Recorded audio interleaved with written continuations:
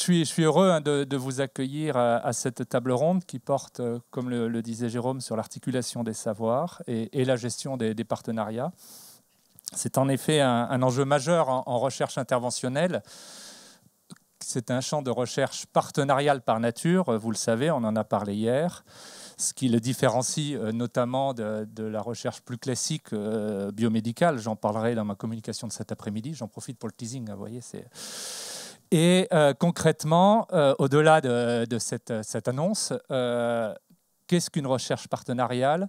Qu'est-ce qu'une recherche associant des patients? Comment faire avec et pas faire pour? Donc toutes ces questions sont extrêmement importantes et seront abordées avec des points de vue complémentaires au cours de cette table ronde. Faire avec, ça veut dire que chacun a des savoirs, chacun a une expertise qu'il faut pouvoir prendre en compte et articuler. C'est une question conceptuelle, de posture, ça sera abordé, mais aussi très concrète. Comment fait-on? Et pour aborder cette question, nous avons la chance de pouvoir bénéficier de 3+1 points de vue complémentaires. Je dis 3+1 parce qu'il y a un point de vue en binôme qui sera exprimé tout à l'heure et qui s'appuie sur des expertises différentes, disciplinaires, mais aussi sur des expériences très concrètes de nos orateurs et oratrices dans ce champ. Et ce que je vous propose, c'est d'organiser la table ronde en 2 temps. D'abord une présentation, 3 présentations à la suite, et pour réserver un temps d'échange en fin de session avec la salle, donc avec le dispositif, si j'arrive à lire, où vous posez vos questions et où vous pouvez aussi les poser en direct. Donc sans perdre de temps, Trois communications. Donc, Marie Préau argumentera sur, je crois que c'était dans le sujet, c'est une question de posture. Philippe Terral de savoir et Antoine Boivin et Ghislaine Rouly de relation. Et donc, à travers justement ces 3 regards complémentaires autour de cette question complexe du partenariat. Et donc, sans perdre de temps, je vais laisser la parole à Marie pour commencer. Oui, sur le pupitre. Alors, je crois que c'est bon. Bonjour à toutes et à tous. Merci beaucoup pour cette invitation à venir échanger autour de la recherche collaborative, qui est un sujet qui me passionne. Et donc, je suis vraiment ravie de pouvoir venir vous faire part de cette expérience au fur et à mesure des années et des contextes, des questions qui se sont posées dans ces collaborations, ces co-constructions. Et donc, je vais essayer de vous en donner un petit aperçu. Alors, d'abord, quelques mots pour dire que, en effet, le contexte, il a évolué. Il me semble que c'est très important d'avoir en tête qu'à la fois sur la reconnaissance, sur l'intérêt, la portée des recherches interventionnelles d'une part et des recherches collaboratives d'autre part, on voit qu'il y a une ouverture du monde académique, mais bien au-delà aussi, qui rend plus favorable le montage, la mise en œuvre de ce type de projet. Et c'est une très bonne nouvelle, par contre avec quelques écueils dont je reparlerai un tout petit peu plus tard. Un premier élément aussi, c'est de savoir finalement quand on souhaite s'engager dans quelque chose de collaboratif, participatif, partenarial, communautaire, je pense qu'on a une diversité de termes et on ne sait plus très bien tout à fait de quoi on parle. Je vais aller même à l'évocation des sciences ouvertes qui sont aussi très à la mode dans le monde, notamment académique, mais pas que. Et finalement, on met tout ça dans un tout, où on commence à collaborer avec les acteurs de la société. On fait du lien entre chercheurs et non-chercheurs. Et c'est un petit peu un fourre-tout, me semble-t-il. Et je pense qu'il faut quand même avoir en tête toute la granularité possible qu'il peut y avoir dans ces collaborations. À savoir qu'on peut aller du simple participatif et juste des sciences participatives qui consiste à collaborer avec des citoyens et des citoyennes qui ne se sentent pas forcément engagés sur un sujet, mais qui juste souhaitent contribuer au développement de la science. Et ça peut se faire via des jeux, via plein de supports divers et variés. Pardon. jusqu'à une implication beaucoup plus importante des populations parce qu'elles se sentent concernées par le sujet, et en l'occurrence, par exemple, des patientes sur une pathologie, et qui, dans le cadre de ces collaborations, peut de la même façon aller de la co-construction et la co-mise en œuvre totale jusqu'à simplement une collaboration plus ponctuelle sur certains aspects de la recherche. Et donc, il me semble que c'est vraiment important d'avoir en tête de quel niveau de collaboration on va parler, de quel niveau d'implication on va parler pour pouvoir et réfléchir ensemble finalement aux enjeux qui nécessairement ne sont pas exactement les mêmes. Alors, co-construire, clairement, il y a plein de bénéfices à cela. Il me semble qu'ils sont assez clairs. Travailler avec les personnes concernées, c'est tout de suite, j'ai envie de dire, avoir les idées plus claires, faire remettre les idées en place du côté des chercheurs, parce que on n'est plus dans une illusion de problématiques, mais on est dans l'expression de ces problématiques vécues par les personnes concernées. Et donc, cet ancrage terrain, finalement, pour la recherche notamment interventionnelle, il est plus que pertinent. Il a fallu le démontrer, mais je pense que maintenant, les choses sont assez claires. Par contre, là où je pense qu'il faut être très, très prudent, c'est que co-construire, ce n'est absolument pas une évidence pour personne. Et donc, ça nécessite un certain nombre de prérequis qu'il faut avoir en tête. Ça ne s'improvise pas, ce n'est pas naturel. Et la co-construction, faire de la recherche collaborative, ce n'est pas tout à fait la même chose que de rentrer dans un cadre de recherche académique, comme on a souvent appris à le faire pour les chercheurs dans le cadre universitaire notamment. Il faut avoir en tête un certain nombre de choses, notamment le fait que cette recherche collaborative, et ça c'est quelque chose d'absolument essentiel, ça va prendre plus de temps. Échanger, comprendre justement ce que l'autre, d'un côté ou de l'autre, peut apporter en termes d'expertise scientifique, méthodologique, expérientielle, ça prend du temps, c'est apprendre à se connaître. Il y a des enjeux humains, je vais y revenir derrière, et je pense qu'il faut vraiment, vraiment, vraiment l'avoir en tête. Comprendre comment fonctionne l'autre, comment appréhender les enjeux des uns et des autres. Pourquoi est-ce qu'un patient, une patiente est devenu patient ressources, expert, chercheur? Là aussi, on a toute une terminologie que je n'évoquerai pas. Mais c'est important de comprendre pourquoi. Et de la même façon, les positionnements des chercheurs, les différentes disciplines, les approches épistémologiques, méthodologiques, tout ce que vous voulez, il faut être capable de comprendre ce qui est en train de se jouer. Et tout ça, ça va nécessiter vraiment du temps et des postures d'ouverture, d'écoute, qui ne peuvent pas être les mêmes que celles qu'on va avoir, par exemple, dans un travail pluridisciplinaire entre chercheurs. Même si j'ai souvent tendance à dire que la recherche collaborative, c'est une forme spécifique de pluridisciplinarité. Mais justement, le spécifique, il ne faut pas l'oublier. Et je pense qu'on a peut-être un petit peu tendance à l'oublier. Quelles sont les contraintes de spécificité? D'abord, pour les personnes concernées, il n'est pas si évident que ça de trouver des lieux d'interaction avec les chercheurs ou de les construire, de les co-construire. On voit que à la fois les institutions, un certain nombre de structures associatives œuvrent pour cela depuis quelques années. Et on est bien d'accord que par rapport à il y a 15 ans, le contexte est beaucoup plus favorable parce qu'on peut avoir ces lieux d'échange, de co-construction, mais il y a encore du travail. Identifier aussi les personnes. Alors j'ai mis personnes, groupes, communautés, parce que en effet, il peut y avoir des choses plus ou moins structurées, plus ou moins revendiquées, avec des plaidoyers plus ou moins déjà construits. Et nécessairement, d'ailleurs, les équipes de recherche devront s'adapter à des structures qui existent plus ou moins et qui sont déjà en ordre de marche par rapport à d'autres qui ne le sont absolument pas. Donc ça, c'est important de l'avoir en tête. Ensuite, former les personnes.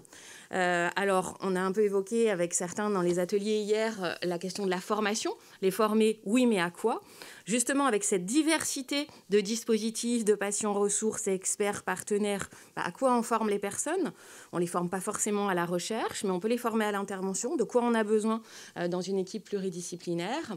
Et puis surtout, ce qui est absolument essentiel et qui n'est peut-être, à mon sens, pas suffisamment réfléchi, c'est co-construire les conditions de ce partenariat. anticiper tout ce qu'il va il falloir mettre en place et tous les aspects, y compris les aspects les plus sensibles. La rémunération, sujet dont on a déjà discuté, dont on va probablement reparler aujourd'hui, et anticiper tant au niveau des interactions interindividuelles que des institutions qui vont être impliquées pour co-construire les bonnes conditions de cette collaboration. La rémunération, c'est un exemple. On peut vouloir, mais se retrouver coincé par son institution. On sait très bien que sortir de l'argent des organismes de recherche, c'est pas toujours aussi simple. Des institutions, c'est pas toujours aussi simple. Donc tout ça, ça s'anticipe. Et c'est vraiment, vraiment essentiel de le faire et de ne pas y réfléchir une fois que les choses sont engagées ou c'est un petit peu trop tard. Pour les chercheurs, beaucoup de choses, me semble-t-il, aussi, et c'est là le décalage entre le fait que souvent, on se dit on va préparer, on va former les patients, patientes chercheuses, puis les chercheurs, tout va être naturel. Je pense que c'est complètement faux. Et il est important que les chercheurs aient en effet en tête le fait que ce n'est pas un cadre de recherche classique. Il faut vraiment que ce soit très clair et il va falloir se repositionner. Se repositionner dans un monde où chacun et sur des logiques de défense territoriale, disciplinaire, on est dans un cadre d'évaluation, on est bien formaté dans une façon de penser les choses. Et là, si on veut construire un partenariat qui fonctionne bien, eh bien, il va falloir se repositionner. Et être dans cette logique de reconnaissance de l'expertise du vécu, ce n'est pas évident. Je pense que tout le monde n'a pas vocation à travailler de cette façon-là. Et donc, il faut l'avoir en tête parce que pour le coup, si c'est un échec, c'est vraiment un échec compliqué parce qu'on embarque autre chose que des chercheurs dans cette histoire. Une forme spécifique d'interdisciplinarité, comme je le disais, et puis avoir en tête, en effet, qu'on va bouleverser les temporalités classiques de la recherche. Mais en même temps, ça prend plus de temps au début, mais probablement qu'on est plus pertinent et qu'on investit sur l'avenir. Sauf que c'est un cadre un peu différent de celui dont on a l'habitude, et c'est important de l'avoir en tête. Avoir en tête aussi que le participatif, eh bien, c'est une posture épistémologique. Alors, l'épistémologie est très réservée aux sciences sociales, mais n'empêche que ça touche tout le monde quand même. À partir du moment où on a envie de co-construire, eh bien, il va falloir avoir en tête ce positionnement associé au participatif. Et il va falloir avoir en tête aussi qu'une co-construction se fonde sur des interactions interindividuelles. Derrière, et c'est ça qui ne sera pas toujours évident à faire entendre, me semble-t-il. Si on s'engage dans ce type de recherche, il y a des personnes, il y a donc des valeurs de l'humanité, des attentes. Et tout ça, c'est se repositionner peut-être pour le chercheur un peu différemment par rapport à une posture très scientifique, très académique, où on a tendance un petit peu à gommer cette interaction interindividuelle. Même si on sait très bien qu'on essaye de construire des projets entre personnes qui partagent un petit peu ces mêmes valeurs, ben là, on va encore plus loin dans l'investissement de soi, me semble-t-il. Et donc, pour tout ça, il va falloir développer des savoir-faire, des savoir-être. Je pense que ça va être discuté par la suite. La confiance, la réciprocité, la réflexivité. Donc, pourquoi on est là, qu'est-ce qu'on en attend, etc., etc. Enfin, me semble aussi qu'il y a quelque chose dont on discute peu, c'est la place que chacun et chacune a envie de prendre dans la recherche. C'est-à-dire que pour avoir observé des mondes différents s'engager dans la recherche collaborative, eh bien, certains groupes de patients-patientes souhaitent être très impliqués, très investis, sont dans des logiques de plaidoyer. D'autres ne le souhaitent pas, pour des raisons diverses et variées, des raisons d'investissement professionnel à côté, pour des ancrages, plutôt liés à des ancrages identitaires, notamment autour de pathologies ou de structures associatives, etc. Et c'est là où le chercheur doit être suffisamment subtil pour s'adapter et comprendre la place que chacun et chacune veut prendre dans tout cela. Et tout ceci associé au fait qu'il y a toujours des enjeux de légitimité entre les chercheurs, les médecins et les patients. Ça, c'est une question qui revient systématiquement pour tout le monde, selon les mondes, et elle peut être tout aussi vive pour les patients-patientes que pour les chercheurs et chercheuses. Mais en tout cas, il y a un jeu subtil à appréhender.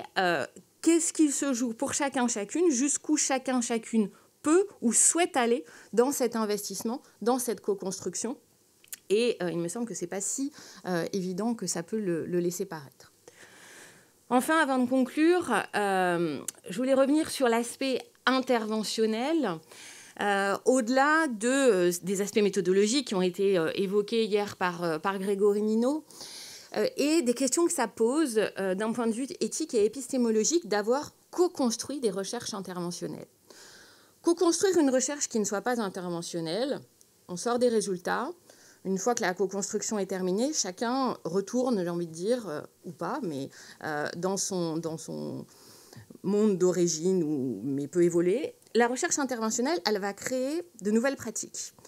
Elle va impliquer quand même un certain nombre d'acteurs divers et variés, toujours dans cette logique de prouver que, en effet, telle nouvelle pratique va être pertinente dans une logique de santé publique, principalement. Mais que se passe-t-il si les résultats qu'on a pu mettre en évidence ne sont pas suivis des faits? C'est-à-dire si on crée une nouvelle pratique, on développe des comportements, mais rien d'un point de vue financier, d'un point de vue de la politique de santé publique, ne bouge en faveur de ce nouveau comportement. On se retourne, qu'est-ce qu'on laisse derrière nous? On laisse des gens qui se sont impliqués, mais qui ont le sentiment que cette implication n'a pas servi à grand-chose. Et j'ai envie de vous dire cette question, alors on peut se la poser dans nos contextes nord. Moi, je me la suis posée dans certains contextes, dans des pays du Sud, où on a mis en place des interventions, on a montré scientifiquement qu'elles étaient efficaces. Quand je dis on, c'est on a co-construit. Et puis on se retourne, il ne se passe plus rien. Et là, finalement, personnellement, je me sens très très mal à l'aise. Et je me dis qu'il faut vraiment qu'on y réfléchisse. C'est très bien. Évidemment que depuis longtemps, on brandit l'idée que si on co-construit, ce sera mieux. Et on va prouver. OK, mais une fois qu'on a prouvé, s'il ne se passe rien, personnellement, quand je me regarde dans la glace, je ne suis pas super... voilà, je trouve que c'est compliqué. Donc, voilà, qu'est-ce que ça implique aussi de s'engager dans ces recherches collaboratives? Il me semble qu'il faut qu'on l'anticipe à un certain nombre de niveaux. Donc, pour conclure et laisser la place, donc je ne peux pas m'empêcher de ne pas dire que c'est très bien que les recherches collaboratives soient valorisées. C'est une très, très bonne nouvelle. Par contre, tout le monde n'est pas obligé de faire de la recherche collaborative. En tout cas, il faut absolument qu'on ait en tête que ce n'est pas naturel, qu'il y a un certain nombre de contraintes. Et donc, ce n'est pas grave si tout le monde n'en fait pas. Il y a de la place pour tout le monde, tout est pertinent, donc il n'y a pas de souci. Il me semble qu'il ne faut pas oublier de s'adapter aux groupes et aux populations qui sont concernées, parce qu'en effet, toutes et tous n'ont pas les mêmes enjeux, les mêmes positionnements, les mêmes besoins de réflexivité. Voilà, il y a plein de différences et on ne peut pas considérer qu'il y a une méthode qu'on puisse appliquer systématiquement à chaque fois, quelles que soient les populations concernées. Ne pas considérer que dans cette collaboration, en effet, il y a juste les patients à former, les chercheurs, tout va être évident. Non, pas du tout. Il faut former les deux, très probablement voilà, de façon différente ou commune à certains moments. Mais en tout cas, la question ne se pose pas que du côté des chercheurs. Et ne pas oublier, me semble-t-il, que tout ceci repose sur des interactions interindividuelles. On parle de confiance, de légitimité. Ça se construit entre des individus. Ça ne se construit pas entre des groupes, ou alors ça va être dans un deuxième temps. Mais au départ, c'est entre des individus. Et donc, il me semble que c'est essentiel de ne pas l'oublier. Je vous remercie de votre attention.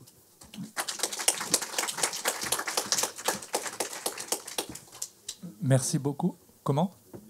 Oui, donc pour poser des questions, vous avez un numéro sur votre badge, au verso de votre badge. Le verso, c'est l'endroit où il n'y a pas votre nom. Et pour ceux qui sont en ligne, le numéro, c'est le 07 67 99 79 57. J'ai l'impression de faire du loto, là. Et donc, merci beaucoup, Marie, pour cette présentation, basée sur ton expérience. Tu l'as souligné, une présentation extrêmement riche. On a envie, enfin, moi, j'ai noté plein de choses, j'ai envie de rebondir, mais comme je l'ai dit, les 3 présentations, et ensuite, on discutera et on réagira globalement. Et donc là, je laisse la parole tout de suite à Philippe Terral pour sa présentation autour de questions de savoir et d'articulation des savoirs entre patients, praticiens et chercheurs. Philippe, c'est à toi. Merci. Alors j'attends un peu le diapo et j'imagine que c'est le point vert, mais ça va arriver. Bon, merci pour l'invitation. Je suis toujours très heureux de participer à ces manifestations que je trouve extrêmement riches, extrêmement ouvertes. Je suis d'ailleurs toujours surpris voilà, de la richesse et de l'ouverture qu'a eu l'ANCA pour faire venir un sociologue des sciences et des techniques du corps comme moi, discuter de certaines choses, et maintenant depuis un petit moment. Donc voilà, je trouve qu'on est dans un espace très ouvert, de discussion très riche, et j'espère que ça va durer longtemps. Alors de mon côté, effectivement, l'idée c'était de parler un peu plus de la question des savoirs, mais vous l'avez compris, effectivement, nos trois interventions sont complémentaires. Moi, je suis sociologue, je ne peux pas parler des savoirs sans parler de relations, sans parler de position, d'organisation, d'institution. Mais quand même, c'est intéressant de faire ce zoom. Alors, je vais vous parler un peu d'inégalité épistémique, qui est une notion, alors inégalité, injustice épistémique. Dans la littérature, on trouve ces termes. On discute pas mal cette question-là en séminaire, notamment avec plusieurs collègues de Montréal, mais aussi en France. Donc voilà, épistémique, ça veut dire qu'il y a trait au savoir, hein, à la question du savoir. Donc moi, j'ai prévu une intervention un peu en 3 temps. Un, vous positionnez cette notion d'inégalité, injustice épistémique par rapport à la question d'une pluralité d'expertise qui nous est chère dans le domaine de la recherche interventionnelle, hein, c'est-à-dire celle des chercheurs de différentes disciplines. Parce que les chercheurs sont très pluriels aussi, il faut quand même le rappeler, ça a été dit par Marie aussi, et puis des non-chercheurs, c'est-à-dire aussi bien des usagers bénéficiaires de dispositifs, mais aussi d'intervenants et même de décideurs. Je trouve que des fois, on n'intègre pas la question des décideurs, c'est-à-dire qui organisent, qui institutionnalisent un certain nombre de choses. Or, tout ça est très important. Donc il y a un temps, me semble-t-il, où il faut doter les gens d'expertise, mais une fois qu'on a fait ça, on n'a pas complètement fait grand-chose, parce que de quelle nature est cette expertise et comment ces expertises sont susceptibles de se partager ou pas. Voilà. Et donc, quand je vais parler d'inégalité et d'injustice épistémique, c'est pas forcément, en tout cas dans ma position, comme une dénonciation. On est souvent aussi dans la dénonciation en disant « Ah, il y a beaucoup d'inégalités ». Oui, depuis les Lumières, historiquement, il y a de grandes inégalités entre ceux qui savent et ceux qui ne savent pas.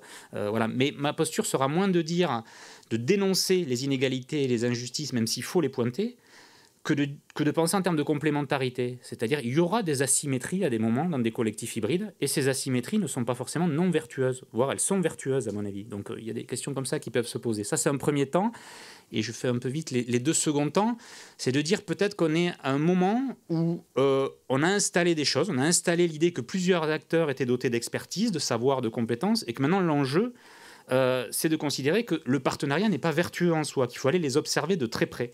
Donc il y a cet enjeu, voilà, c'est les points qui suivent, hein, observer de près ces fameuses dynamiques, histoires de partenariat. Marie l'a évoqué, c'est très important, c'est une histoire. Hein. Nous, on parle même dans nos enquêtes il y a une phase de lune de miel, une forme d'excitation. Ah oui, on est dans l'hybridité, c'est génial. Et puis il y a des phases, après la lune de miel, des fois c'est un peu plus difficile. Peut-être ça peut durer toute une vie, la lune de miel. En tout cas, je nous le souhaite à tous. Mais des fois, ça marche pas forcément. Et Marie a très bien insisté là-dessus. Qu'est-ce qu'on fait après et quel est le relais des organisations, des institutions?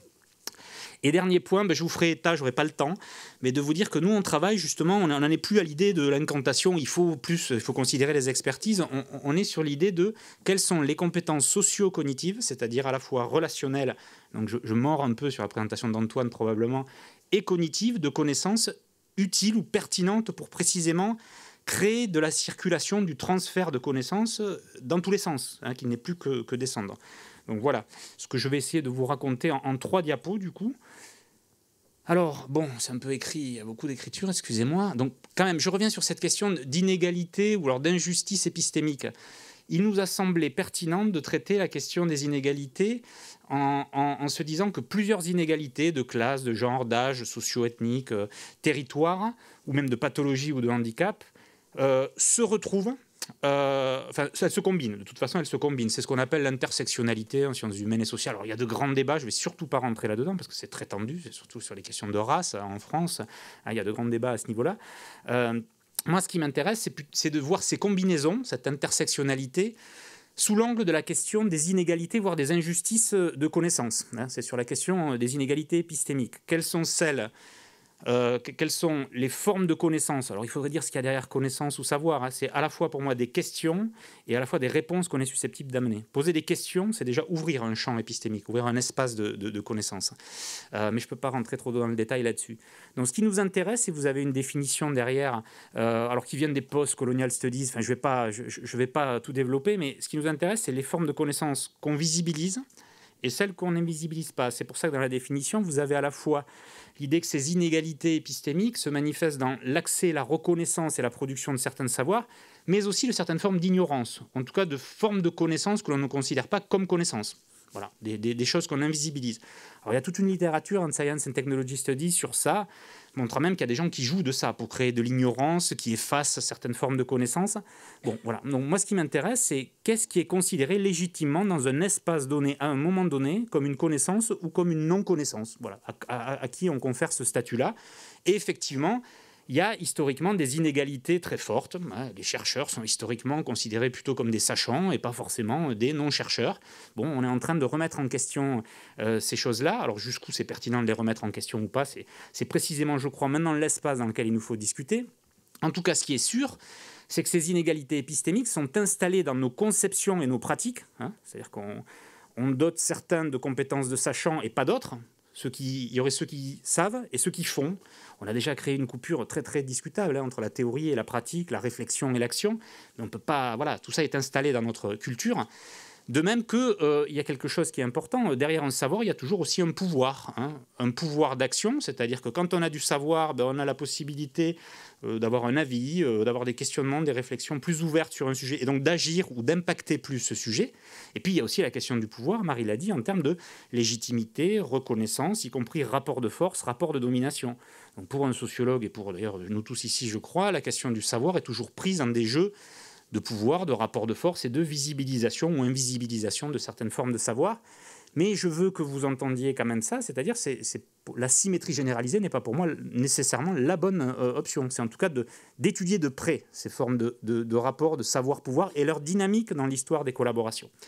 Et dernier point sur cette diapo, c'est dire quand même que on gagne, je pense, à penser les choses comme ça par rapport à la question de la reproduction des inégalités sociales et territoriales de santé qui anime beaucoup les RISP, enfin la recherche interventionnelle en santé des populations, parce que précisément, on tend souvent à la penser comme étant des déterminants qui mettent des gens dans des situations, dans des comportements pas adéquats, et il faudrait peut-être changer ces comportements.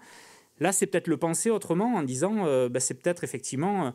en travaillant avec eux, en identifiant ce qu'ils savent, ce qu'ils ne savent pas, quelle est la valeur ou la pertinence de ce qu'ils savent ou ce qu'ils ne savent pas pour la transformation des systèmes, ça a de l'intérêt. Parce que quand on commence à penser en termes d'inégalité épistémique, on pense finalement en termes d'inégalité générale et on fait sûrement beaucoup de boulot en dotant les gens d'expertise et en les mettant en collaboration, confrontation avec d'autres expertises.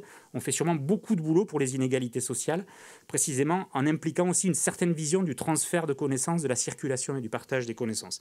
Mais ça, ce serait un point qu'il faudrait que je développe plus longuement. J'ai pas trop de temps pour ça. Puis il faudrait que je vous prenne des exemples. Nous, on travaille concrètement, parce que j'ai pas dit sur quel terrain ça s'ancrait, sur la façon dont on peut co-construire des programmes d'ETP ou mobiliser des patients dans des programmes d'ETP en cancérologie, sur la façon dont Médecins du Monde intervient en squat et s'appuie nécessairement sur des personnes ressources, parce que c'est des espaces dans lesquels on rentre pas comme ça et dans lesquels les gens ont une connaissance de ces secteurs.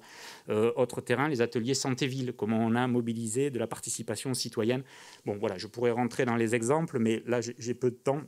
Voilà, mais il fallait quand même que je vous dise d'où viennent un peu ces réflexions. Alors, deuxième temps, du coup, je l'ai dit, alors je tends à le formuler un peu comme ça.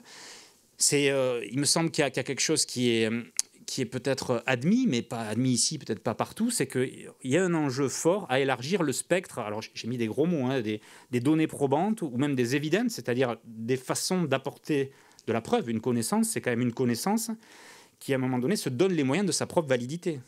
Un patient, ce qu'il ressent, c'est valide dans la mesure où il sent que ses mots sont fidèles avec son ressenti. Donc, toute forme de connaissance, ça a été dit, je crois, par Norbert Ifra hier, c'est ce qui nous intéresse ici, c'est que les gens se donnent les moyens d'évaluer si ce qu'ils mettent en forme a une résonance, a une consistance concrète sur le terrain. Donc je crois qu'on est en train de considérer qu'il y a plusieurs formes de données probantes, plusieurs formes de savoir, plusieurs formes d'évidence et d'apport de la preuve. En tout cas, ça, c'est une richesse. Et que donc, il y a un enjeu à doter, visibiliser. Alors, je vais dire un mot de lisibiliser après, parce que ce n'est pas tout de dire le patient, il a de la connaissance. D'ailleurs, on l'appelle expérientielle. Pour moi, elle n'est pas qu'expérientielle. Il y a d'autres choses qui peuvent se mêler, se conjuguer. Mais il faut aller l'étudier de près. Et puis surtout, il faut sûrement aider les gens à mettre en lisibilité ces formes de connaissances. Nous, c'est notre boulot. Notre boulot, c'est de parler, d'écrire. Quand on travaille avec des très précaires, par exemple, intervention de Médecins du Monde en squat, Comment on fait pour formaliser, pour aider des gens à formaliser des connaissances, alors que ce n'est pas leur métier de formaliser des connaissances? Quel est le support de traduction qui va permettre de formaliser un certain nombre de connaissances a priori invisibles? Vous voyez, il n'y a pas que les méchants qui invisibilisent les expertises, c'est aussi parce que comment on les fait ressortir, comment on les formalise, comment du coup on peut les partager, les diffuser. C'est vraiment une question de savoir qui n'est vraiment pas simple. Donc il y a un enjeu à doter, visibiliser, lisibiliser tous les acteurs. Alors j'ai mis humain parce que aujourd'hui, une partie de la connaissance n'est pas que chez les humains. Elle est aussi dans nos machines, dans des outils technologiques, numériques, dans des logiciels, dans des échanges d'écrits, dans des diagrammes, des graphiques, des diaporamas, des jeux de rôle, des post-it, un certain nombre de choses. Donc il faut se pencher d'un peu plus près sur cette question de la façon dont on construit des savoirs et dont tous ces acteurs construisent des savoirs. Alors, une fois qu'on a dit ça, il ne s'agit pas de dire que tout se vaut. Absolument pas. Justement, ça serait l'erreur. Et surtout pas de les confronter avec des modes de preuve qui seraient des modes de preuve uniques. Donc, la difficulté qu'on a, c'est qu'on est face à la pluralité. On a une pluralité de savoirs, on a une pluralité de données. Alors, sinon probantes, du moins intéressantes, pertinentes, utiles. Et alors, qu'est-ce qu'on fait de ça, sachant qu'elles sont très, très différentes et elles ont des implications. Alors là aussi, je ne pourrais pas rentrer dans le détail, mais elles ont des implications particulières, notamment sur les questions politiques. On peut produire des connaissances générales qui s'adressent à tous. Ça a toujours été comme ça, des expérimentations distanciées et généralisantes qui nous servent. On a tous des physiologies qui se ressemblent quand même un petit peu. Et à la fois, on voit bien que pour gouverner correctement les gens, ou pour arriver à un fonctionnement pertinent ensemble, il faut aller vers des connaissances de proximité, des expériences singulières. Il me semble que dans tous nos pays, nos régions, on a aujourd'hui une tension très très forte entre des expertises très généralisantes qui viennent souvent d'en haut et qui s'appliquent à tous les usagers, et des gens qui, sur des terrains concrets, disent « mais ça marche pas votre truc, moi c'est pas comme ça, ma région, ma situation, mon contexte », c'est la fameuse notion de contexte en recherche interventionnelle. Ça ne marche pas comme ça. Voilà. Donc, c'est pas simple. C'est pour ça qu'une fois qu'on a dit pluralisons les expertises, alors qu'est-ce qu'on fait de cette histoire-là? Entre la généralisation et la question de la singularité, on est tous pris dans ce genre de contraintes. Alors, dernier point que je veux dire, du coup, c'est ces partenariats, sur cette diapo, les partenariats, mais je l'ai déjà évoqué, ne sont pas en soi vertueux. C'est-à-dire qu'il faut vraiment étudier ces ressorts, alors à la fois de connaissances et à la fois relationnels, parce que vous voyez, tout est mêlé, ça a été dit aussi par Marie, c'est vraiment des postures. Nous, on travaille avec la région sur d'autres questions, pas forcément de santé, sur des recherches collaboratives dans l'environnement. On dit qu'on fait des castings, de chercheurs et des castings de non-chercheurs pour essayer d'avoir des modalités de traduction, de transfert de connaissances qui puissent fonctionner. Donc, c'est pas simple. Donc, il faut étudier ces ressorts à la fois relationnels et de connaissances et étudier ces rapports de savoir et de pouvoir qui sont en place dans des collectifs et dans les dynamiques de ces collectifs qui vivent plus ou moins bien cette collaboration. Du coup, ça dit quand même quelque chose d'important sur la notion de transfert de connaissances qu'on a peut-être un peu trop pensé dans un sens, sur un mode assez descendant. Nous, on pense plutôt les collaborations sur le mode d'un réseau. Alors, un réseau, c'est une notion en sciences sociales, je ne peux pas développer, mais c'est l'idée que c'est des relations qui tiennent par l'échange. Et les échanges, elles peuvent aller du haut vers le bas, du bas vers le haut, de droite vers la gauche. Donc, je crois qu'on gagne à avoir une vision du transfert de connaissances plus distribuée. Ce n'est pas parce qu'on a dit ça, encore une fois, qu'on a dit grand-chose. Allons étudier les modes de distribution et les dynamiques de circulation dans ces réseaux. On a des outils pour ça. Par exemple, la sociologie des réseaux permet de tracer un certain nombre de choses. Je dis sociologie, mais je ne vends pas que de la sociologie. Ne vous inquiétez pas, surtout pas. Dernier point, parce qu'il me reste 2-3 minutes. Alors du coup, ça nous ouvre des perspectives peut-être. Cette perspective, c'est l'idée de, on en est peut-être tous, et peut-être ne perdons plus de temps à être dans l'incantation. Il faut que les partenaires, les patients aient des savoirs. Je crois qu'on est d'accord sur ça. Maintenant, l'idée, c'est quelle ingénierie, quelle démarche, quelle méthode, alors moi je vais vous parler de compétences socio-cognitives ou de nouvelles fonctions, nouveaux métiers, nouvelles façons de penser les organisations et les institutions pour aller justement vers ce qu'on appelle nous des forums, des réseaux hybrides. Alors j'y vais, je lance un mot un peu fort, démocratique, c'est-à-dire un peu plus symétrique a priori. Mais encore une fois, je répète, symétrique a priori ne veut pas dire que la symétrie est la bonne solution. À un moment donné, on a besoin d'un cachet, d'une molécule, je ne sais pas trop ce qu'on a à dire. Enfin, en tout cas, moi, j'ai rien à dire. Je m'en remets à la compétence de quelqu'un en disant « soignez-moi ». Voilà. À un autre moment, peut-être, la question de la molécule n'est pas prioritaire, mais la question du vécu, du ressenti, alors comment vous vous sentez, comment ça va, c'est peut-être autre chose qu'on est en train de prélever. Vous voyez, donc, je me méfie beaucoup de ces questions de symétrie. On a sûrement des enjeux à de la symétrie, sachant que la symétrie, c'est aussi, ça doit être un peu réversible. Il ne doit pas y avoir des mécanismes de domination où ça va toujours dans le même sens. Et je termine donc Sur vous donner quelques éléments, alors je n'ai pas le temps de développer au niveau des recherches. Alors, qu'est-ce qu'on a vu comme compétences socio-cognitives utiles et pertinentes à la fois du côté des non-chercheurs et des chercheurs pour arriver à générer ces savoirs pluriels, ces savoirs hybrides? On a au moins 5 grandes notions, 5 grands verbes d'action qui sont à la fois relationnels et cognitifs. Il faut que des gens soient intéressés à un même questionnement, à une même problématique. Voilà. Déjà, pour créer des collectifs, il faut que les gens... Voilà. Alors, ça ne veut pas dire qu'ils ont compris exactement la question de la même façon, avec les mêmes implications, il y a des enjeux...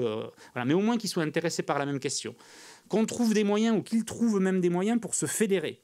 Voilà, qu'il y ait des gens qui aient de la capacité à fédérer. Ça marche avec l'intéressement aussi.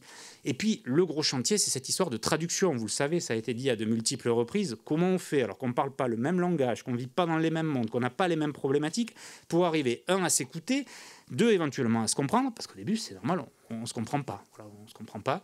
Alors, comment on peut faire ce travail de traduction et derrière d'hybridation, qui est un mot un peu valise. Moi, justement, j'ai envie de le travailler de façon plus empirique. Qu'est-ce que c'est qu'hybrider? C'est sûrement avoir des doubles cultures. On voit par exemple dans un certain nombre de recherches la question des marqueurs de prudence. Pas trop avoir de jugement. D'abord on écoute. En fait, écouter sans comprendre, c'est déjà une grande vertu. Vous voyez, pour moi, je comprends rien à ce qu'il dit, mais ça a l'air plutôt intéressant. Comme je comprends rien, justement, j'ai des possibilités de comprendre des choses derrière. Donc c'est des vraies postures. C'est ce que disait Marie tout à l'heure.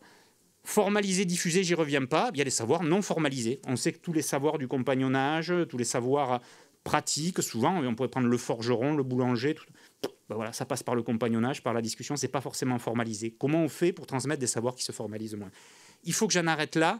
Au-delà de ces compétences, c'est sûrement, et on le voit bien, la professionnalisation de certains patients, usagers ou d'autres métiers, les métiers de la médiation, etc.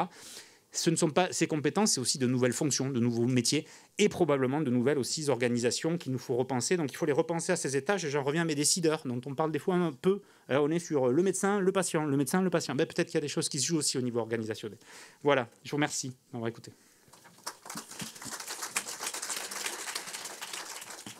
Merci beaucoup pour cet éclairage qui est extrêmement complémentaire et qui résonne beaucoup avec la présentation de Marie. Moi, je retiens un mot-clé, c'est savoir, mais avec 2 S, un au début et un à la fin. Et c'est ça qui est extrêmement important, entre autres, mais j'en parlerai tout à l'heure. Donc, je donne tout de suite la parole à notre binôme, donc Antoine Boivin et Ghislaine Rouly. Donc, est-ce qu'on voit ou pas Ghislaine, parce qu'elle nous entend? Oui, absolument. Voilà, nous vous entendons aussi. Et nous avons le plaisir de vous voir. Bonjour. Enfin, bonjour ou bonne nuit. Donc, merci encore de vous connecter à cette heure tardive. Et donc, je vous laisse la parole, qui va d'ailleurs commencer par un petit film. Antoine, à toi. Merci beaucoup. Ghislaine, j'aurais aimé te laisser la première parole, le premier droit de parole, juste parce que tu as le privilège d'être à distance. Mais ton premier bonjour. Non, tout simplement vous remercier de nous recevoir tous les deux. C'est vraiment, en tout cas, je suis très émue et très heureuse. Merci beaucoup. Mais je vais parler un peu plus tout à l'heure. Je préfère, Antoine, que tu démarres maintenant. Marche. Moi, je veux vous remercier énormément, tout le comité, en fait, d'avoir beaucoup insisté pour que je sois ici. C'est difficile de me faire sortir de mes pantoufles. Je suis papa de 4 jeunes enfants.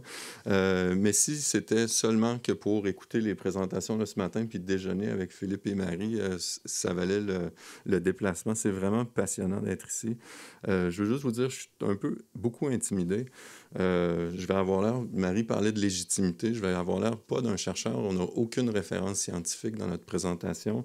Des fois, on fait de la recherche universitaire en partant de la théorie à la pratique. Ce qu'on veut vous raconter, c'est une histoire, une expérience où on est parti de la pratique, puis après, on s'est demandé, mais est-ce que ça marche en théorie?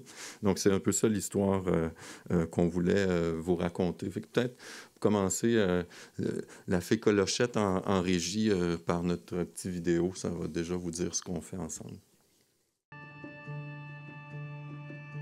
Dans Communauté soignante, c'est un peu comme si on ouvrait les murs de la clinique pour réintroduire la communauté, puis ceux qui y vivent pour prendre soin les uns des autres. Il y a une 60aine d'organismes qui sont membres de la CDC Centre-Sud. C'est des organismes qui ont une expertise en lutte à la pauvreté et exclusion sociale, qui travaillent avec des populations isolées, qui souvent ne trouvent pas de portes d'entrée faciles dans le réseau de la santé. Et on sait, d'autre part, que pour le réseau de la santé, pour les professionnels de la santé, c'est difficile de référer vers la communauté. Ils ne savent pas trop comment s'y prendre. Donc, nous, notre rôle, c'est vraiment de créer ce maillage entre les professionnels de la santé et les organismes communautaires, et ainsi que les citoyens et citoyennes qui voudraient s'impliquer sur le projet. Quand se présentent devant moi des personnes avec des symptômes médicaux, mais qui sont au fond, qui reflètent une problématique sociale, que ce soit l'isolement, la pauvreté, l'exclusion, la marginalité. Ce que je fais, c'est que je tends la main vers une de mes alliées, qui est une patiente partenaire, Ghislaine, qui accompagne les patients à développer leurs propres compétences pour mieux prendre soin d'eux-mêmes. Puis ensuite, on ouvre la porte vers la communauté pour travailler avec des citoyens, avec des organismes communautaires du milieu, pour permettre à la personne de reprendre pied dans sa communauté, redevenir un citoyen à part entière. Je suis née avec 2 maladies orphelines. J'ai eu 3 cancers majeurs. On m'a gardée dans le coma pendant presque 6 mois. Ça a pris énormément de temps avant que j'en revienne. Donc, pour toutes ces raisons, on a décidé que j'étais la personne indiquée à ce moment-là pour travailler avec lui dans ce projet de recherche. Parmi les patients, il y en a un en particulier auquel je pense, c'est un monsieur qui est en fin de vie. Maintenant, progressivement, ça fait 11 mois que je le suis. Il est toujours en vie. Et ce monsieur qui avait complètement perdu contact avec sa famille a retrouvé les siens, qu'il n'avait pas vus depuis 30 ans. Il s'est fait une petite blonde même, il plante des fleurs, il fait des petits projets de vie. Et pour lui, la mort, maintenant, c'est pas quelque chose qui l'attend. Il a compris que tant et aussi longtemps qu'on n'est pas mort, on est en vie, même si ça a l'air bête de dire ça, mais c'est ça qu'il a compris. Et il vit chaque jour pleinement.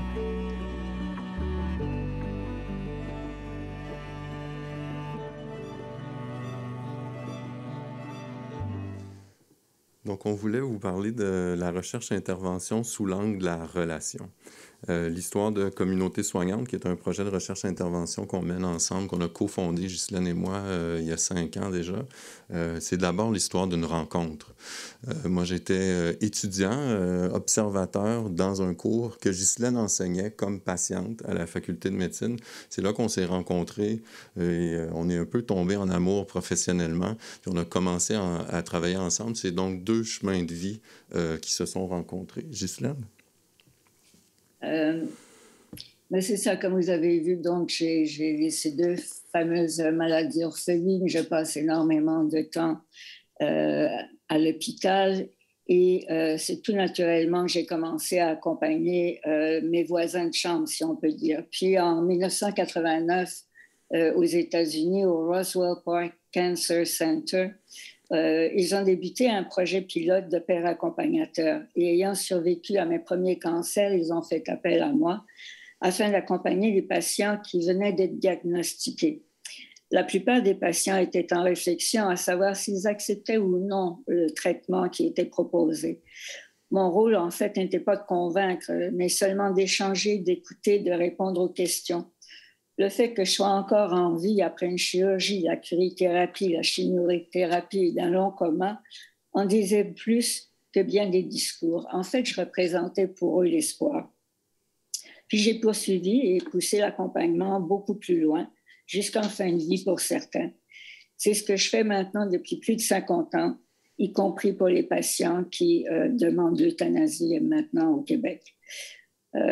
Antoine vient d'expliquer un peu comment nous nous sommes rencontrés. Et c'est là, finalement, avec la fondation, si vous voulez, de la communauté soignante, que mon rôle d'accompagnatrice a pris tout son sens, en élargissant mon rôle sur toute la trajectoire de vie d'un patient, plus particulièrement dans sa trajectoire psychosociale. Alors, j'ai expliqué un petit peu plus tard qu'est-ce que c'est véritablement notre relation, comment ça s'est développé. Et voilà. Donc, Antoine, je te relaisse la parole, s'il te plaît. Moi, le point de départ, c'est la prise de conscience de mes propres ignorances comme médecin. Même si j'ai l'air d'un étudiant de lycée, ça fait quand même 15 ans que je suis en pratique comme médecin généraliste au Québec. Puis une quinzaine d'années aussi que je fais de la recherche sur l'engagement des patients. Mais je pensais que je connaissais beaucoup de choses jusqu'à ce que ma mère m'invite à accompagner le frère de mon grand-père qui avait un cancer. Moi, je suis descendu avec tous mes savoirs dans sa famille pour parler des médicaments, les effets secondaires, le rôle de l'infirmière pivot. Là, j'ai réalisé que ma mère à côté, qui avait été proche aidante de son propre père, se posait toutes sortes d'autres questions à savoir, mais OK, parmi ces 3 filles, qui est la mieux équipée pour l'accompagner chez le médecin? Où est-ce que sa femme va déménager après son décès? Qui va l'accompagner pour les rendez-vous, etc.? Je m'étais jamais même posé ces questions-là. Puis elle savait comment poser les questions puis les pistes de réponse. Je lui ai dit, OK, là, il y a une moitié de ce que ça veut dire prendre soin sur lequel j'ai aucune idée. Puis quand j'ai rencontré Ghislaine, à voir son parcours, je me suis dit, elle le sait. Je ne sais pas ce qu'elle fait, mais je lui fais confiance.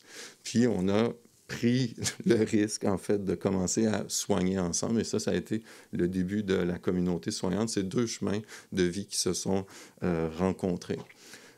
C'est aussi une rencontre de 2 expertises. Un peu comme, en fait, l'image, pour moi, c'est comme deux personnes qui grimpent l'Everest pour la première fois, un Sherpa avec un autre. Puis les 2, on ne savait pas exactement où est-ce qu'on s'en allait, mais on savait qu'on pouvait compter l'un sur l'autre, puis qu'on pouvait ouvrir un chemin. Voilà. Donc ça, c'est le départ.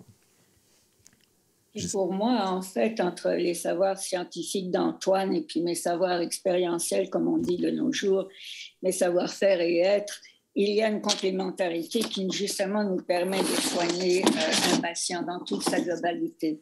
Une meilleure compréhension, par exemple, d'un tel patient, de meilleure connaissance de la situation de grave précarité chez un autre. Découvrir autrement son patient afin d'améliorer un traitement.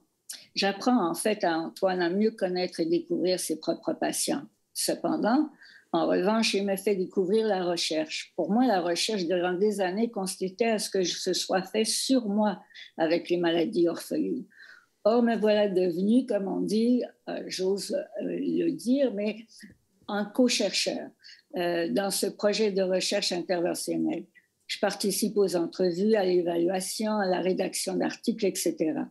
En fait, j'apprends aussi un nouveau vocabulaire, tels que les entretiens d'explicitation, revues de littérature, recherche qualitative, quantitative, etc. Pour moi, donc, un monde fascinant s'est ouvert à moi. Et depuis presque 5 ans, je participe du début, et je l'espère, jusqu'à la fin de ce projet. C'est un merveilleux sentiment d'appartenance que d'apprendre et de partager avec Antoine et toute l'équipe. Le rôle de la recherche, initialement, dans la naissance de communautés soignantes, si on peut reprendre la diapositive, ça a vraiment été un peu comme dans Le Petit Prince, la cloche de verre qui accompagne la naissance d'une petite plante fragile. Donc, quand on a commencé, Justine et moi, à travailler ensemble, on a demandé la permission à personne. Justine a signé un formulaire de consentement de l'établissement. Après quelques semaines, quand ça a commencé à se faire savoir, il y a une gestionnaire de l'établissement qui est venue me voir. On dit, hey, là, Dr Boivin, ça n'a pas de bon sens, c'est dangereux. On s'est fait appeler au comité de direction de la clinique. Hey, il y a des enjeux médicaux légaux, c'est grave, etc. Donc, on a senti le besoin d'enchasser le projet dans un projet de recherche. Je veux dire, on rassurait tout le monde. Regardez, il y a de l'éthique à la recherche. On comprend que, Ghislaine, c'est un traitement expérimental, comme de la chimiothérapie, il y a un formulaire de consentement, etc. Là, ça a apaisé tout le monde. Ce que la recherche a donné, d'abord et avant tout, c'est une bulle protectrice pour avoir le droit d'exister, le droit d'innover, d'essayer autre chose. Puis pour être tout à fait honnête, on n'a pas fait de recherche pendant les 2 premières années. On a surtout expérimenté, innové. Puis c'est après qu'on a eu les moyens de commencer à réellement évaluer, mettre en mots, formaliser ce qu'on faisait. Et en fait, oui, de mon côté, grâce à l'encouragement et au soutien non seulement d'Antoine, mais du reste de l'équipe, j'ai aussi démarré ou lancé la création d'un cercle d'apprentissage par et pour les pairs accompagnateurs. Ce que j'appelle ici les pairs accompagnateurs, en fait, c'est qu'il y a les patients partenaires, les citoyens partenaires, les proches aidants, les pairs aidants, etc. on est tous plus ou moins en silo et j'ai voulu éviter, donc j'ai mis tout le monde sous ce terme de père accompagnateur. C'est un endroit, c'est celle d'apprentissage, c'est un endroit d'appartenance, de soutien, mais surtout d'échange des connaissances. Un lieu de rassemblement où d'autres pères accompagnateurs de différents organismes viennent échanger, partager leur savoir, leur savoir-faire, leur savoir-être. Un lieu de formation et de partage où se retrouvent différentes cultures, dans la diversité et l'inclusion, où la différence est non seulement acceptée, mais même recherchée. Un endroit où les professionnels de la santé, les professeurs, sont les bienvenus de venir apprendre de nous et de nous transmettre à leur tour leur savoir. Ici, ce qui est important, c'est qu'il n'y a plus de chapeau de médecins ou de psychologues, etc. Il n'y a que des êtres humains qui partagent leur savoir en toute convivialité et intelligence. Un des défis, puis je vais reprendre les mots de Marie sur qu'est-ce qui se passe après, c'est qu'est-ce qui se passe quand on enlève la bulle de verre, en fait, de la recherche, puis est-ce que le projet peut survivre? Et ça, ce qu'on a appris, c'est qu'on ne peut pas simplement disparaître.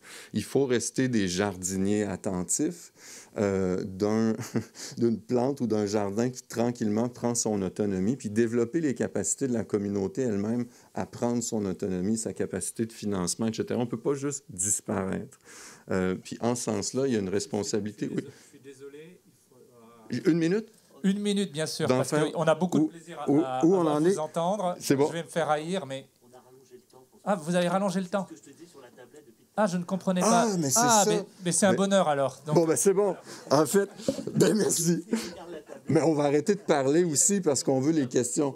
Mais en fait, juste vous dire qu'à cette étape-ci, nous, notre travail, c'est comment est-ce qu'on peut passer à d'autres, comment est-ce qu'on peut transmettre. Puis un autre levier que nous a offert la recherche, c'est des tribunes, en fait, pour être capable de parler ensemble. Donc ici, ça, c'est un article qu'on a publié dans le BMJ où Ghislaine et moi, on se parle, en fait. On ne l'a pas écrit comme un article scientifique traditionnel, plus comme une conversation où on raconte deux perspectives. Puis Ghislaine vous parlait du cercle d'apprentissage. On s'est toujours fait demander, oui, mais comment vous allez cloner, Ghislaine? Mais on ne fait pas de clonage, mais on essaie de transmettre, de léguer, habiliter d'autres personnes à prendre confiance puis eux-mêmes avancer ensemble. Fait que voilà, puis ben, ce qu'on fait aussi, c'est découvrir ensemble, puis c'est aussi ce qu'on fait ici, en apprendre sur ce que vous faites dans vos propres pratiques. Et voilà, donc un seul message, pour nous, la recherche-intervention, ça se bâtit sur la relation. Et moi, j'aimerais terminer justement en disant que pour moi, en fait, la communauté soignante existe justement parce que c'est Antoine et parce que c'est moi. Je pense que j'ai pu me dévoiler, partager autant que parce que c'était lui. Malgré nos différences, c'est un peu comme si les astres s'étaient tout alignés pour que tout aille bien. Donc, c'est ça, c'est cette relation qui fait qu'en fait, on réussit à travailler, à se comprendre et en fait, qu'il y a une belle complémentarité et on espère que ça va continuer. Merci beaucoup. Merci. Merci beaucoup.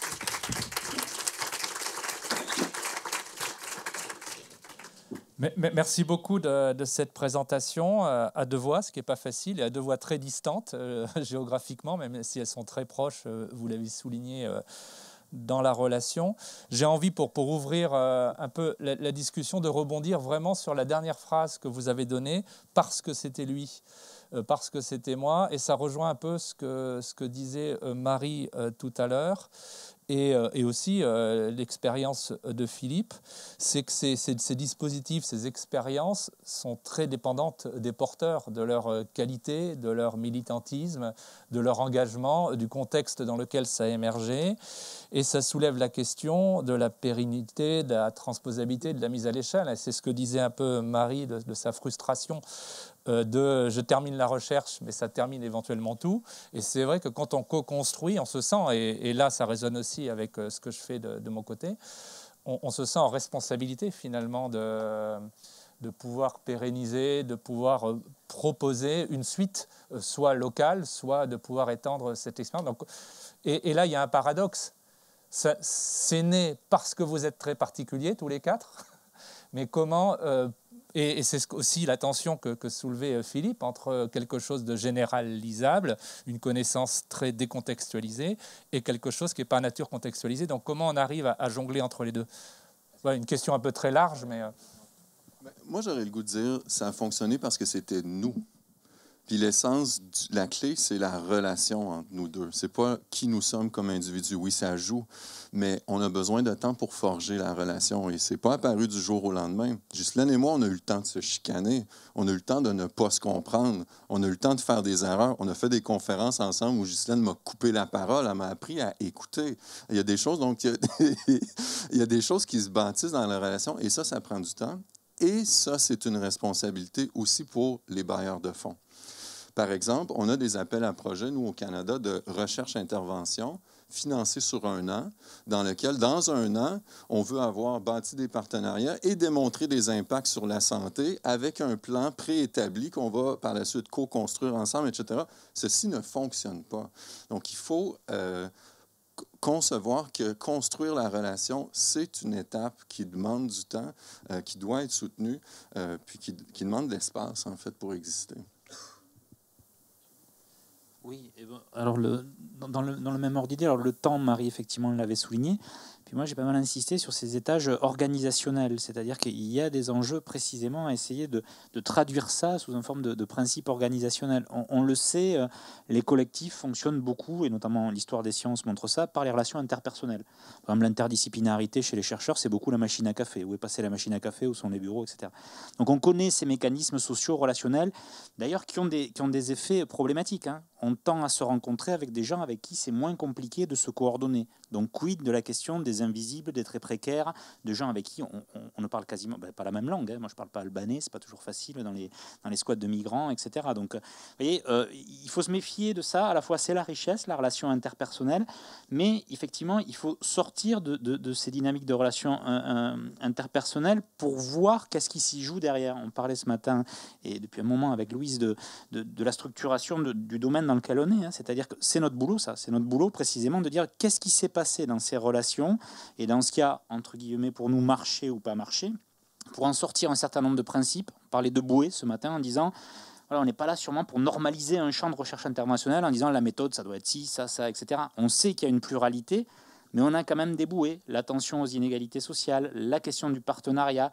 Et donc, du coup, aller se dire sur ces partenariats, il faut aller les observer de près, hein, et les observer non seulement dans la relation, mais dans ce qu'en font les organisations et les institutions. C'est-à-dire tout ce que vous avez dit, où on trouve les financements, est-ce qu'on a du temps suffisant pour s'apprivoiser, comme on dit nous dans les recherches, c'est-à-dire le temps de faire connaissance, etc. Qu'est-ce qui se passe après, ce qu'a bien dit Marie, c'est-à-dire qu'après on coupe complètement le truc, ou quelle est la suite? Donc comment les institutions, les organisations peuvent s'approprier ça? Vous voyez, on a un gros travail à faire, mais je crois que c'est notre responsabilité ici de dire qu'est-ce qui s'est joué dans ce contexte précis de cette relation interpersonnelle. Et c'est très important ce que vous nous avez décrit, mais je dirais, moi j'adore vous entendre sur l'angle émotionnel, affectif, ça me bouleverse toujours d'écouter ça.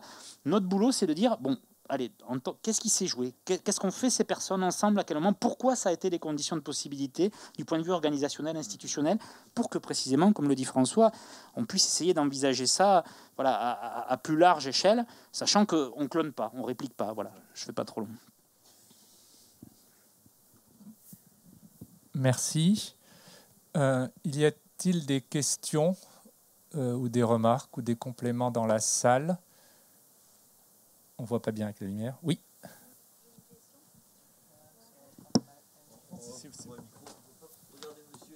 Ah. Et pensez à vous présenter au moment de... pour ceux qui sont présentiels. Je suis maître de conférence à la Faculté des sciences du sport de Lumini à Marseille.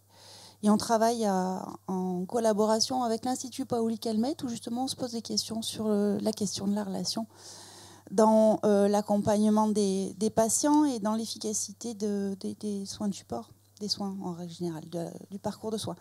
Et la question que je voulais vous poser, c'est est-ce que vous avez mis en place, est-ce que vous avez réfléchi et structuré des formations universitaires qui pourraient en fait intégrer dans tout le parcours, par exemple chez les médecins ou autres, des modules d'enseignement sur les aspects relationnels et le rôle de la relation dans l'accompagnement ou pas du tout.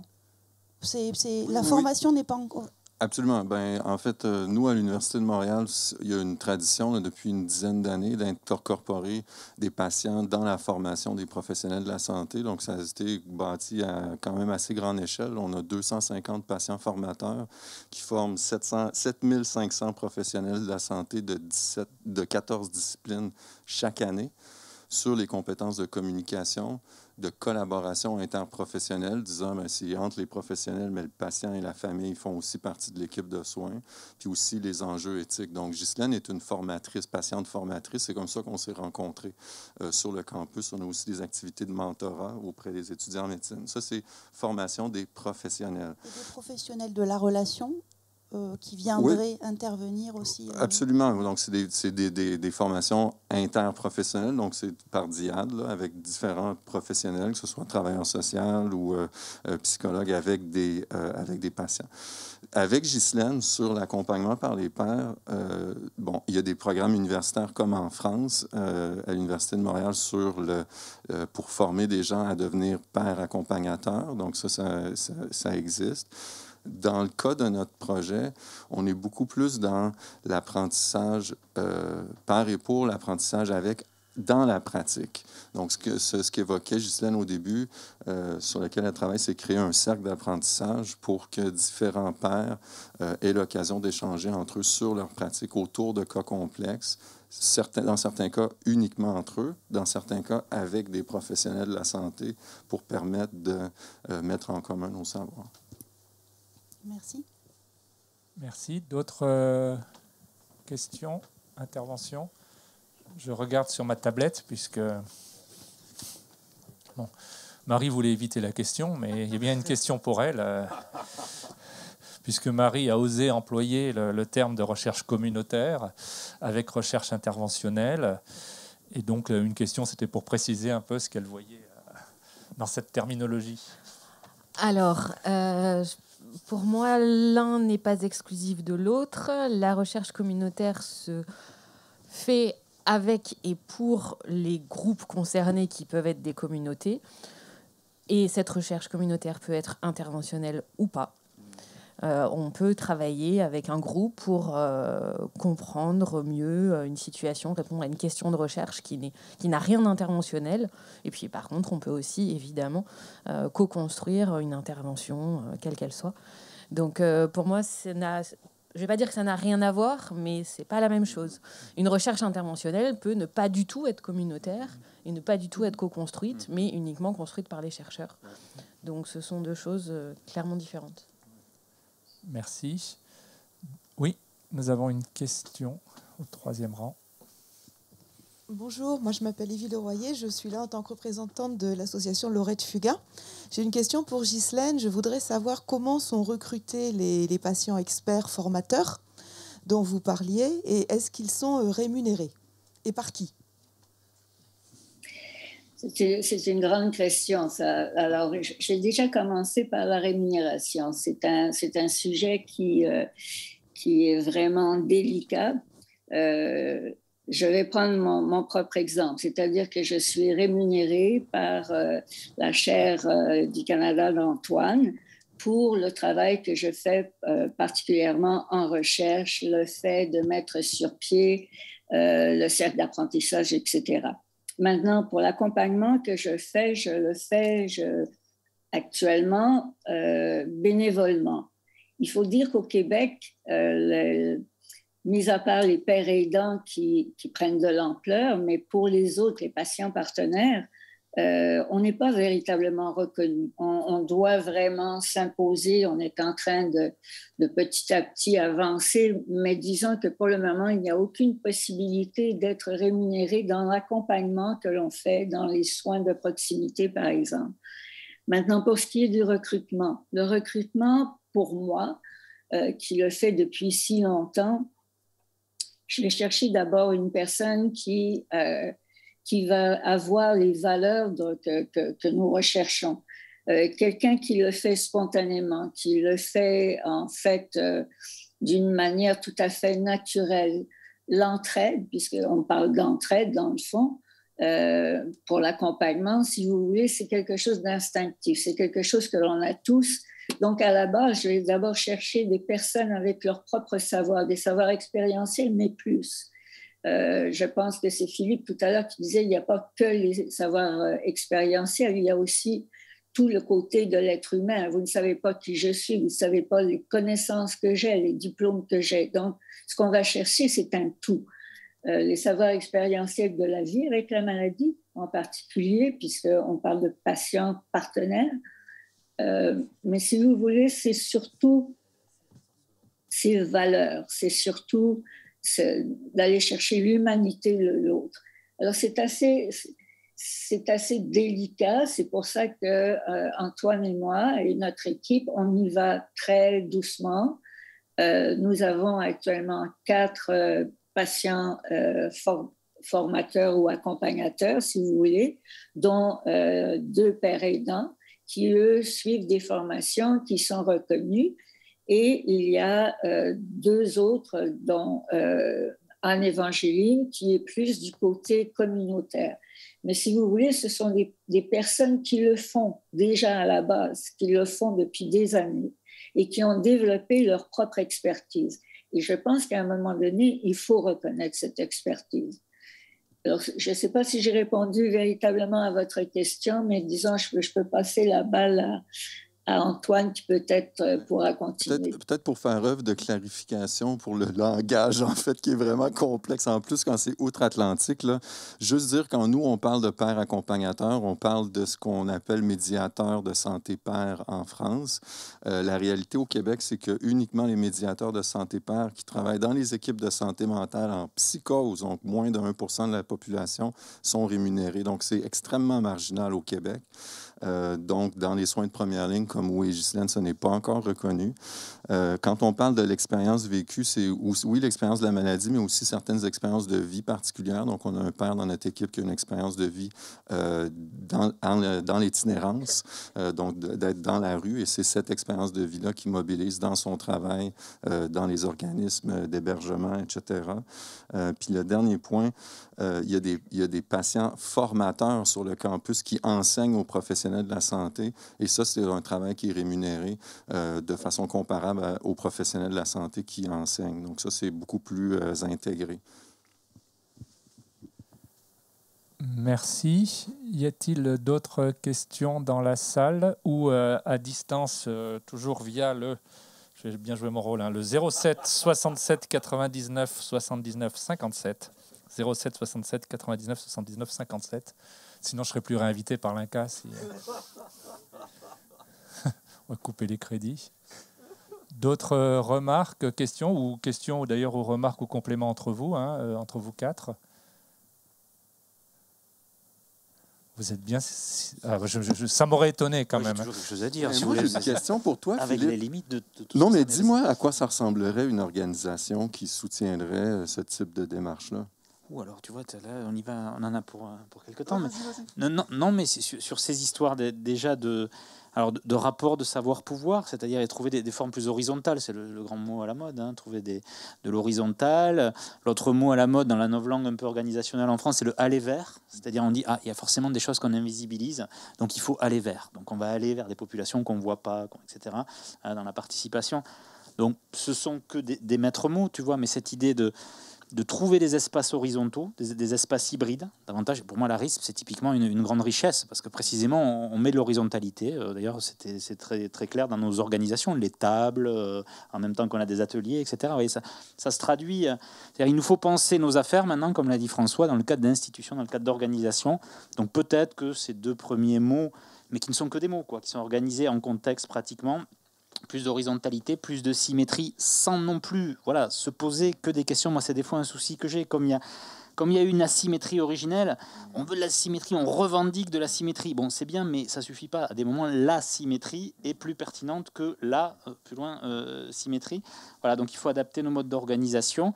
Et nous, ce qui nous préoccupe beaucoup, c'est le aller vers. C'est-à-dire que dans tout ça, on pourrait très facilement se retrouver ensemble, là, si on fait des profils sociologiques de nous tous. On est très dotés en ce qu'on appelle capitaux culturels en sociologie.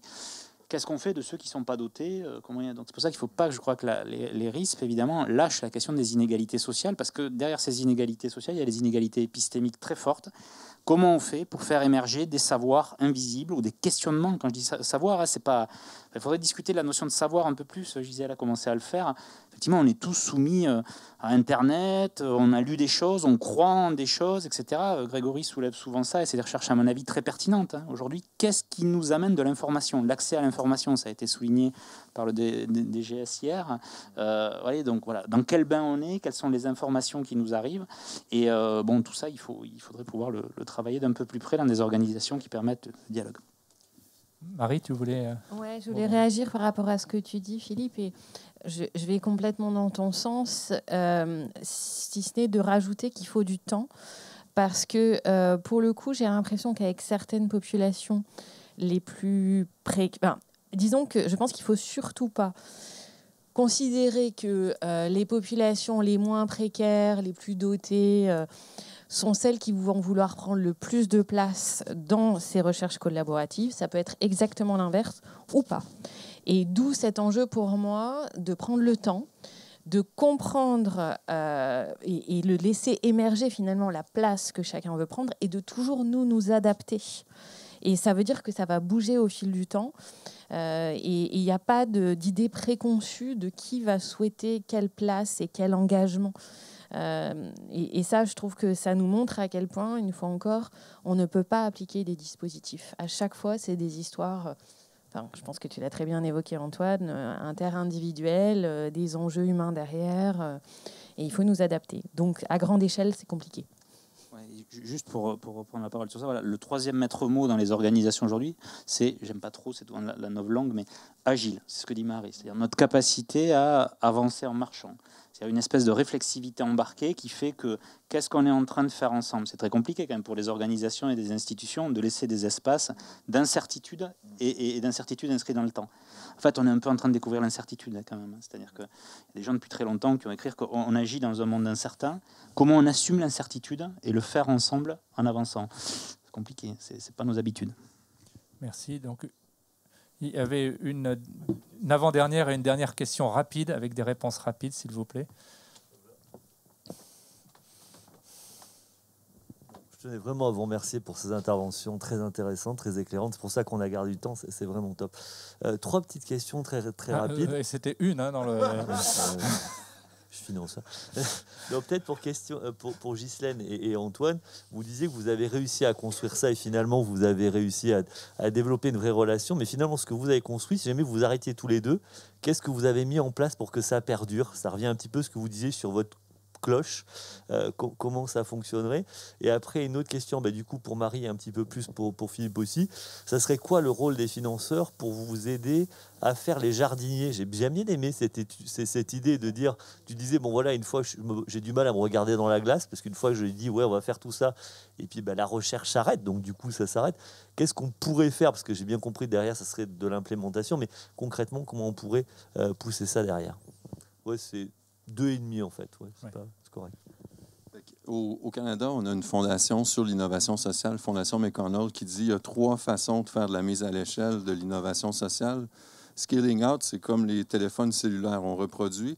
Scaling up, c'est changer les structures de soutien, les politiques, les lois. Scaling deep, c'est changing hearts and minds, changer le cœur et l'esprit des gens. Nous, ce qu'on fait, c'est à cette échelle-là. La devise, c'est l'essayer, c'est l'adopter. Quand on a commencé avec Ghislaine, pas grand monde dans notre clinique. En fait, tout le monde avait un peu peur. Mais c'est à force de côtoyer Ghislaine, de tranquillement référer une personne, de dire « Ah, il ne s'est rien passé de grave. Oh, tabarnouche, cette personne-là qui ne se pointait pas au rendez-vous est revenue, etc. » Que là, tranquillement, on a plusieurs professionnels qui sont devenus des champions. La même chose avec commencer à soutenir des nouvelles DIAD. Je vous parlais de notre équipe en itinérance. On a un médecin qui est complètement le directeur, qui est avec un nouveau père.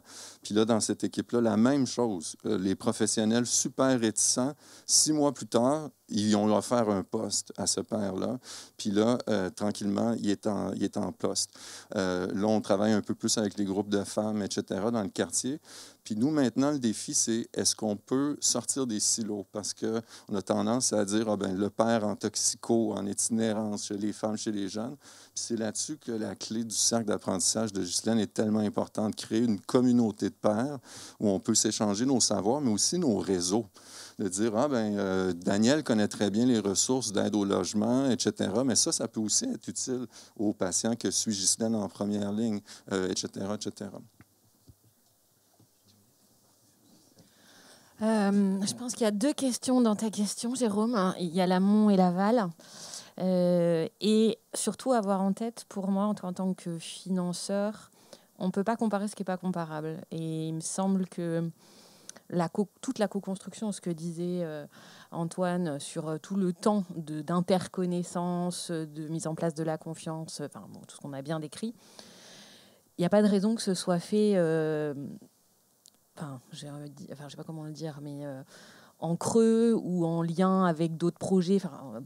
Parlons-nous comme on sait qu'on fait dans la réalité des faits, c'est-à-dire qu'on va piocher sur d'autres fonds pour préparer d'autres choses. Et en fait, ça, jusqu'à maintenant, c'est pas valorisé. Ce temps de co-construction, on le fait parce qu'on a envie de le faire. Alors, dans un sens, c'est très bien, ça... C'est un bon test de la motivation, j'ai envie de dire. Mais pour moi, c'est pas du tout valorisé ni reconnu dans une demande de financement. Et je pense qu'il faudrait ne pas comparer, ne pas le mettre dans le même paquet des recherches fondamentalement collaboratives dans lesquelles il y a tout un temps d'interaction, d'interconnaissance, de formation, etc., avec des recherches académiques classiques. Il n'y a pas celles qui sont bien et celles qui ne sont pas bien, c'est juste qu'on ne parle pas de la même chose. Ce n'est pas les mêmes temporalités, un rétroplanning ne se construit pas de la même façon. Donc, tu vois, il y a tout l'amont qui devrait, je pense, être mieux réfléchi. Et puis après, alors pour le coup, l'après, ça, c'est plus une question de politique publique derrière, de choix de santé publique. Et oui, vous avez plus de poids, vous, que nous. Ça, c'est certain. Nous, on sait essayer de publier pour prouver que, mais derrière, on n'a pas de poids politique. Et ça, vous l'avez. Ceci étant dit, si vous me permettez de rebondir là-dessus, le fait d'avoir co-construit, et notamment, tu le soulignais tout à l'heure avec les décideurs, fait que la capacité ou la possibilité d'être pérennisée et mise à l'échelle est beaucoup plus facile, parce qu'on parle du transfert de connaissances souvent comme le service après-vente de la recherche, ça ne marche pas. Ce qui fonctionne, c'est justement par cette co-construction, cette confiance, et qui n'est pas uniquement interpersonnelle, mais institutionnelle, etc. C'est un des leviers clés pour la pérennisation. Mais effectivement, comme le souligne Marie, mais moi, j'avais préparé avec tout ce que vous avez dit une conclusion, mais grâce à la question de Jérôme, il n'y en a plus besoin. Donc, je me permets de rebondir très rapidement là-dessus. C'est qu'effectivement, tout le préalable, c'est-à-dire le temps qu'il faut pour créer cette confiance, etc. Aujourd'hui, comme le dit Marie, on se débrouille. On fait du MADOF, donc avec le projet A, on prépare le projet B qui prépare le projet C. Et tout l'après, pareil, c'est plus de la recherche au sens académique du terme. Et qui s'en empare, comment, pourquoi, comment les organisations sont faites pour, les nouveaux métiers et comment les chercheurs peuvent continuer à s'impliquer s'ils le souhaitent. Et là aussi, pareil, aujourd'hui, c'est pas soutenu du tout en termes financiers et autres. Mais bon, excuse-moi. Non, pas du tout, parce que ça allait exactement dans ce sens-là et dans le sens des 2 interventions. On fait court, ouais. Sur l'amorçage, vous faites des choses très importantes quand vous ouvrez des fonds d'amorçage. C'est ce qu'a dit Marie, je pense, en amont. Et cet amorçage, on a besoin de temps. Des fois, l'amorçage est très court par rapport au projet, mais bon, voilà. En tout cas, l'amorçage, il faut travailler la question de l'amorçage et donner du temps, parce qu'elle l'a bien souligné, c'est vraiment ce dont on a besoin. L'idée aussi que derrière, il y a la question de ça peut réussir, ça peut ne pas réussir, mais je crois que ça vous l'avez intégré à l'amorçage. Et après, ce que j'allais dire, et plutôt donc sur l'aval, comme l'a problématisé Marie, c'est ce que dit François, on ne va pas avoir le décideur une fois qu'on a fait nos recherches. C'est-à-dire que je trouve qu'on n'intègre pas encore assez l'expertise de décideurs. C'est-à-dire que, par exemple, nous, on y travaille très fortement à la région Occitanie. On fait des laboratoires de transition entre les maisons des sciences de l'homme, donc les sciences humaines et sociales organisées en interdisciplinarité, et des élus et des techniciens de la région. Là, on vient de repartir sur 5 ans et on se dit il y a un truc à faire. Il y a un problème de transfert de connaissances là. C'est pas simple. Les décideurs, ils ont d'autres contraintes, les élus de réélection, mais allons-y. Vous voyez, moi, je trouve qu'on manque de ça là. C'est-à-dire que, comme le disait François, c'est pas le service après-vente après. On doit le travailler vraiment en amont, parce qu'on sait que le transfert de connaissances passe beaucoup dans la relation. Tout ce qui a été construit là est précieux et il nous faut ce temps-là. Donc moi, j'aurais tendance à dire quid de l'expertise de décideurs un petit peu là. Est-ce qu'on discute avec eux? Est-ce qu'ils sont là pour construire les risques avec nous? Ouais. Si je peux juste rebondir, je pense qu'une des questions clés, c'est la transition du leadership. dépendant de la phase de vie d'un projet. Si j'avais à réfléchir à un programme de subvention, je le réfléchirais multiphase. Phase 1, conception, dirigée par les patients. Okay? C'est nous qui identifions les problèmes sur lesquels on travaille. Phase 2, recherche-intervention, co-dirigée avec les chercheurs. Voici le projet d'innovation sur lequel on va essayer d'expérimenter sur le terrain. Phase 3, pérennisation, dirigée par les décideurs qui disent, nous, on adopte ceci, mais on veut garder l'équipe de recherche, on veut garder les patients à bord autour de la table, mais c'est nous maintenant qui est au bout de la table parce que c'est nous qui allons porter pour la suite. Puis donc, de réfléchir au point de transition de leadership sans perdre l'équipe. On reste tout autour de la table, mais on n'est pas au bout de la table au même moment dans la vie d'un projet. Ouais. Merci beaucoup. Je suis désolé parce que c'est une discussion passionnante, mais là, l'heure, c'est l'heure. Je regarde. Non, on n'a pas un quart d'heure de plus, malheureusement. Donc, merci beaucoup à vous quatre et spécialement à Ghislaine, en raison de l'heure tardive de votre intervention. Donc, j'espère que c'est un début, que cette table ronde peut générer des choses. Et bon, à travers la question de Jérôme, on voit que c'est très bien, c'est qu'un financeur se pose ces questions. Et donc, merci beaucoup pour ça. Et donc, maintenant, on laisse la parole pour la session suivante.